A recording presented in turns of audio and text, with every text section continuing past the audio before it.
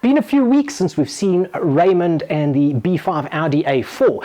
Last time we spoke about just some of the plans and where you were wanting to go. Yeah. And I don't think we really updated much. Social media we updated a little bit, but video-wise we didn't update much, and you're nearly done. Your hand was forced here. Well, like, I wasn't meant to go this way. No, you weren't. So I removed the exhaust manifold. I had the new turbo. So we went off and we bought turbos. Well, yeah, we did. I bought a turbo. Yeah, and I got yours repaired. Yeah. But we're at the turbo shop. I get the turbo. I get it home. I'm keen to see how it's going to look in there. So I grab the exhaust manifold off. I've cleaned something over the bonnet that I can tie the turbo to, and I start mocking it up, and it just ran away with me. Immediately ran away with me. So just to recap you had to fabricate a bespoke manifold. Yes. So it's a full custom manifold that had to be built here. There were some plumbing issues. Admittedly, you've got like water lines, you've got oil feed lines and that, because this A4 comes turbocharged to standard. So those are already existing. But for this turbo, there wasn't a manifold that existed. We actually looked at a cast one, but it was all off. It was all off, and it was side mounted. There was one or two pipe manifolds around, but they were all for the GT30 sized flange. Yeah. I didn't want to do adapters and things. Because that just spaces it out by like another 2-3 inches. Correct. And it's not a luxury that you have here. So, I sat at work, I drew the flanges on CAD. Yeah. And the laser machine happened to be running. And I asked a favour and said, will you cut me some flanges? And they cut me some flanges, and I had those at home. Yeah. And with that in hand and a couple of off-cut pipes that I had at home, I thought, let's start. Let's do it. And then my brother-in-law came around, and he looked at it and he said, let's drag it off to my house and just do it. And that's sort of what just got the wheels in motion, because as soon as that happened, the car was now immobile. Pretty much couldn't run anywhere. No wheels, and work started again. Leave was up. Leave was up, yeah. And so, off you go. And we've just come out of a really rainy season, so commuting on the bike is just... not fun. No, not fun. This needed to get running. I literally got it running the Saturday before the Monday that I had to go back to work. Cheapers. Dragged it off to an exhaust shop quickly just to do the downpipe. Everything else was done. How did that go? Oh. Insert clip here. Oh.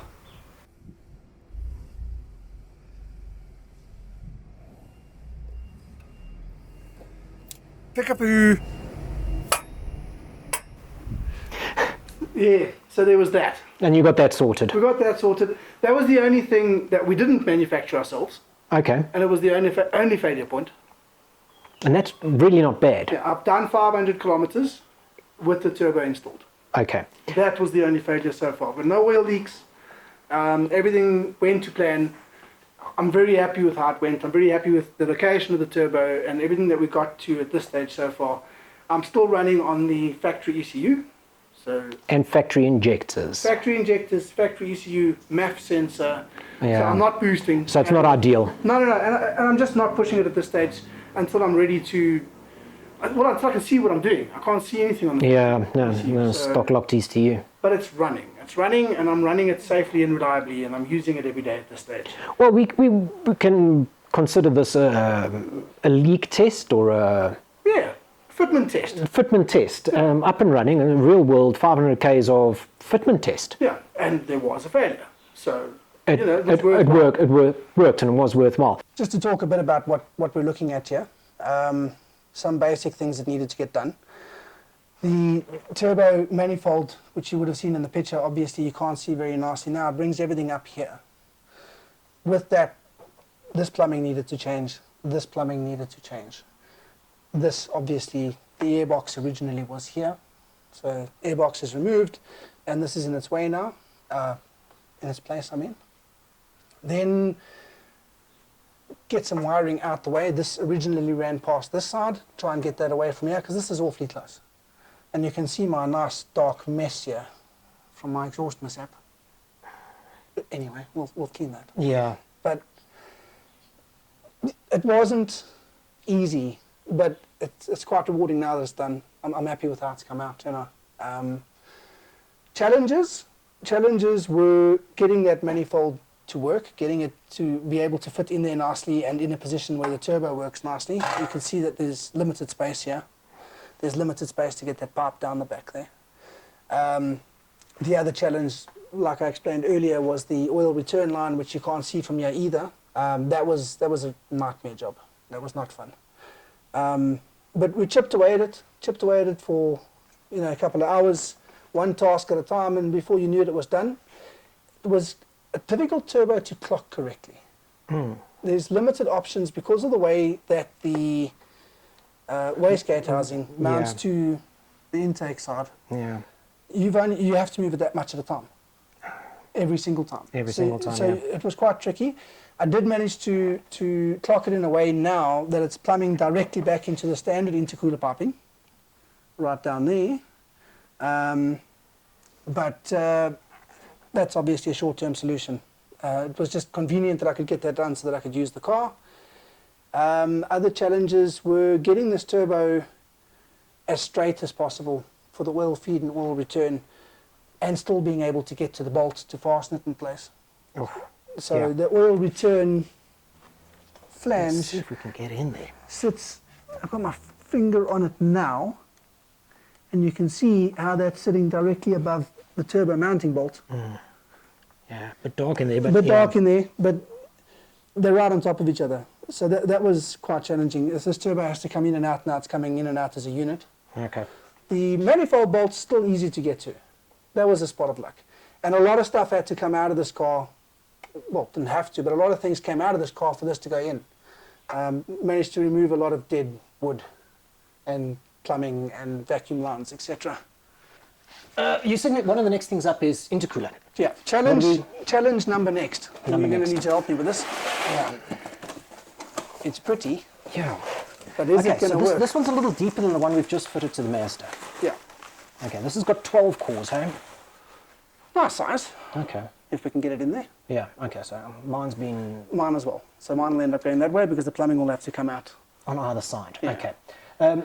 You don't have a lot of space here. I mean, you've got evaporator, radiator. I mean, it sits right here, right in the bumper. Yep. There really isn't space between this. I mean, this thing is 65 mils thick, so, but that's generally a standardized size. I mean, they don't come much thinner than this, though. Hey? No, well, the problem is it would restrict the plumbing size. It would, yeah. Yeah, those are 65. Yeah, these are 57. Yeah. 57. You don't want to go too much smaller than that. No, you don't. You don't. So 57 mils. I mean, that's 2 inches, two and a bit inches. So, Yeah. So what are the plans here? well, there I mean, goes. this is if I'm just comparing it to this number plate, that's a rather convenient size when you think of this number plate. Well, that blows the sleeper, eh? Yeah, it does blow the sleeper sort of look a little bit, Yeah, that's game over. because Sleeper. this is going to have to be mounted in the bumper. Yep. So this is going to need to get out the way, Yeah. and I'm going to need some air there. Okay. So, whoops. Let's put that nice and in the box. It's too pretty for prison. Don't break my stuff. No. It's, no, that guy that gives us things won't just give us another one. See. Yeah. Okay, so you're thinking we're going to have to trim down here, or? I'm so torn about this. I'd like to have that anodized black, Yeah. so it's not shouting obvious. Yes. I'm going to have to vent through here. Otherwise, I've only got this little bit of vent, Yeah, and which is wasting a lot of intercooler then. Yeah. So this is going to need to be a side plate similar to what yours is, and I'm I going to mean, need you to do find... have the front grille. Remember, your front grille dives in over here. It's tight though. And getting the plumbing here with the lights and everything is not ideal either. So you want it mounted fairly low down. I'd like it fairly low down. I mean, if I go fairly low down, there's the first vent. Yeah. I'm up to there. What is that? That's that much. Which is some. Wait. I'm going to come back with tools. Fine. There. That's, It's this much, which is you're looking at about, what, 13? 150. About 150? 150 usable airflow there. That's right down to the bottom, sort of. You want to swap intercoolers? Um, Because that's sort of your intercooler size. yeah, I'm 180. Funny story. Yeah, 180. You went too big. I went too big. Do you think you'd switch out for something smaller, maybe? No.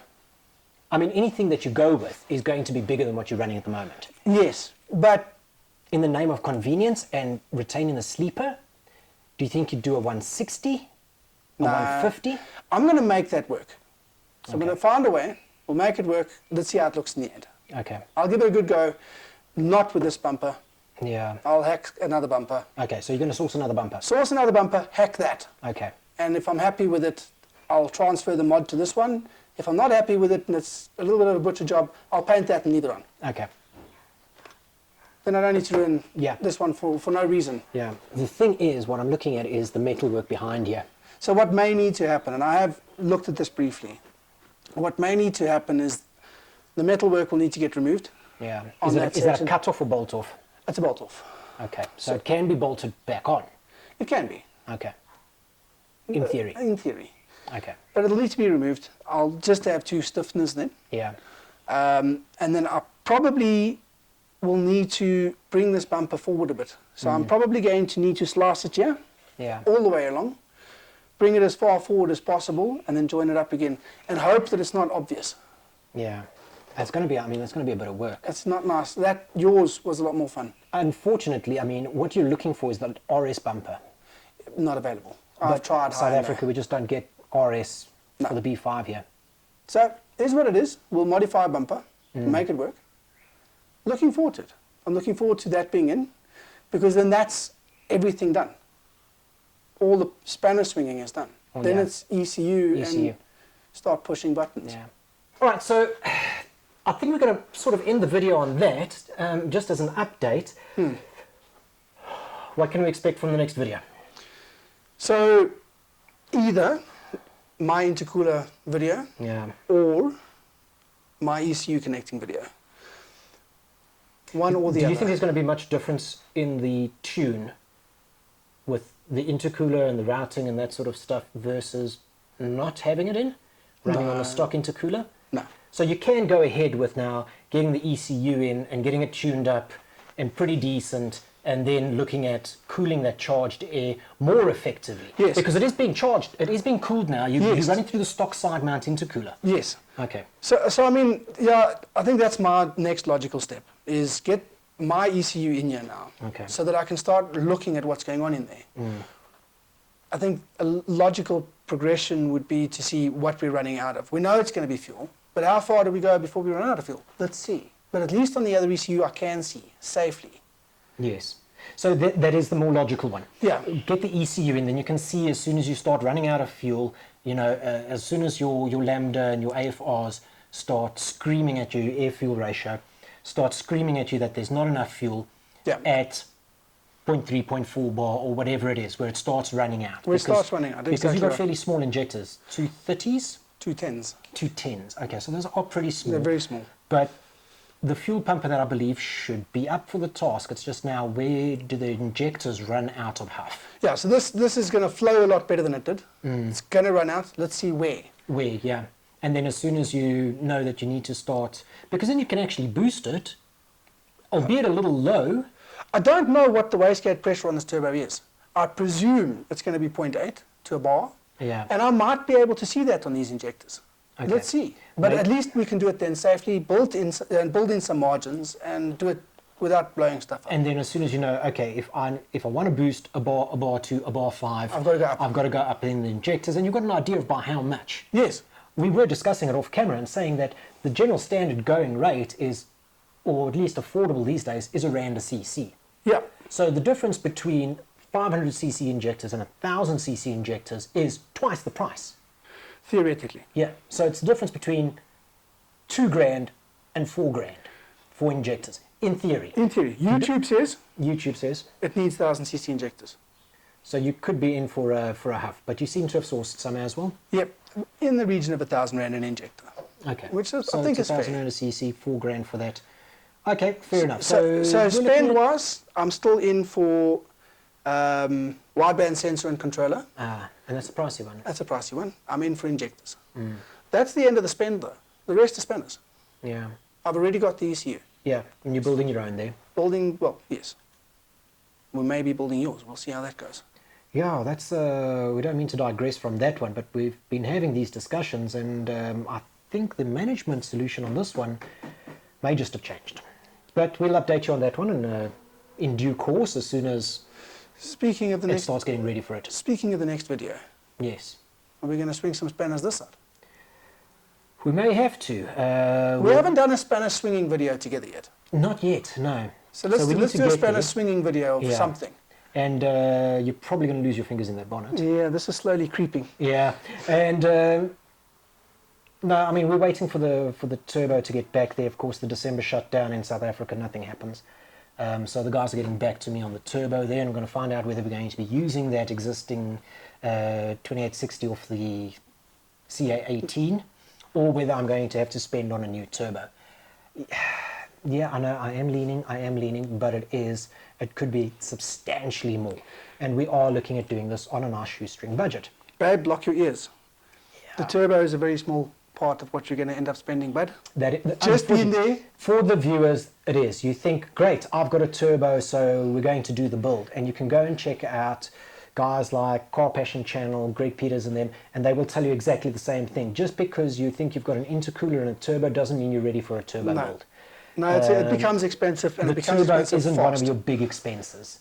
It's not. I think your management is probably right up there with some of the most expensive. Yes, and the plumbing. Don't underestimate what the plumbing is going to cost you. Because you got nailed with the hydraulic lines here. Jeez, no, it was. What did they rush you?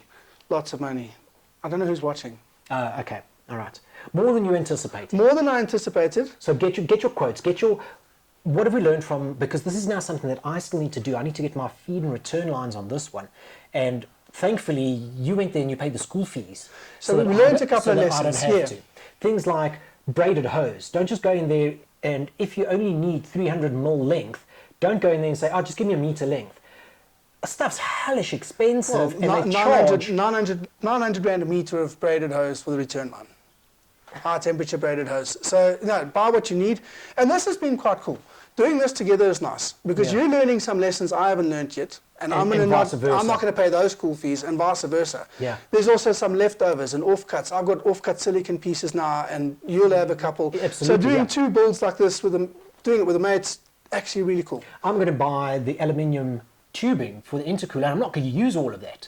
Great. Throw a bead on that, and it's right, ready for you. And we found a company that does really nice beading and stuff. Don't go to the first place that you find online. Yes. Ask around, and that is one of the lessons that I learned here now. Like I say, Raymond just paid the school fees. We got some recommendations of places to go for lines, and yeah, the guys were, Eaton Fittings and Aero Fittings. It's all good. I mean, it all looks nice. But hellish expensive. It was difficult to get hold of, and then we found another spot. They rushed him, and then by chance he found a completely different spot that would have worked out cheaper. So shop around. Have a clear idea of what you need. Take it to several places or call several places. Get them to quote you on it and see who's going to be able to do the best deal on it. And don't drive miles for a great price. Sometimes the guy around the corner, he may be 30, 40 bucks more expensive, but it's worth that convenience because you're going to be going to that shop more than once. I'd like to add to that. I did support them because there was a lot of plumbing that needed to still get done at that stage. Yeah. Everything from making up the hydraulic hoses to having the silicon stuff ready for the actual plumbing for the intercooler and the turbo. If it's hose and plumbing related, they're a one-stop shop, and I wouldn't mind even putting a name out there and saying in the description or whatever, and saying Laser Hydraulics. These guys are great. Yeah. Really nice to deal with, nice bunch of guys, and they were super helpful, and they had everything on the shelf. I walked in, they helped me, I walked out, and I came and bolted the stuff on. So instead of me now driving 30 minutes out of my way to go and probably be overcharged just because I'm going on the word of somebody who gets his stuff there because it's local to him, I'm going to use these guys that are 10 minutes away from me or 5 minutes away from me, and their prices are better and they're helpful because I've now learned that. So ask around, join communities, and especially local communities, chat to local guys, speak to them, find out who they recommend, who they've had dealings with. Word of mouth is super powerful, and it's going to be your best friend. Right, okay, let's leave it right there. Raymond, thanks dude, I'm stoked to see what's going to happen with this. I know you're saying it's paycheck to paycheck, but what's our time frame looking like on that ECU? ECU, 2-3 weeks. 2-3 weeks. 2-3 weeks. I'm trying to make it plug in to the original harness now, and not the umbilical cord. Yeah. Okay. So 2 to 3 weeks. I'll take some footage of that, of me getting it in here and how it worked out and how I got around some of those challenges. So let's update that in 2 to 3 weeks, I think. We'll be done.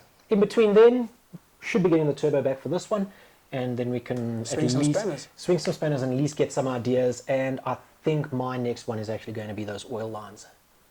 It'll be fun. And the oil lines, it's the daunting bit, and I said it in the intercooler video, it's that daunting bit of taking a drill to your oil pan. You don't have to, Scares though. me, dude. You don't have to. I'll do it. No, okay, I'll do it. That's great. And on that bombshell, we're going to leave this video right there. Thanks for watching, guys. Like, share, subscribe, you know the drill. Thank you.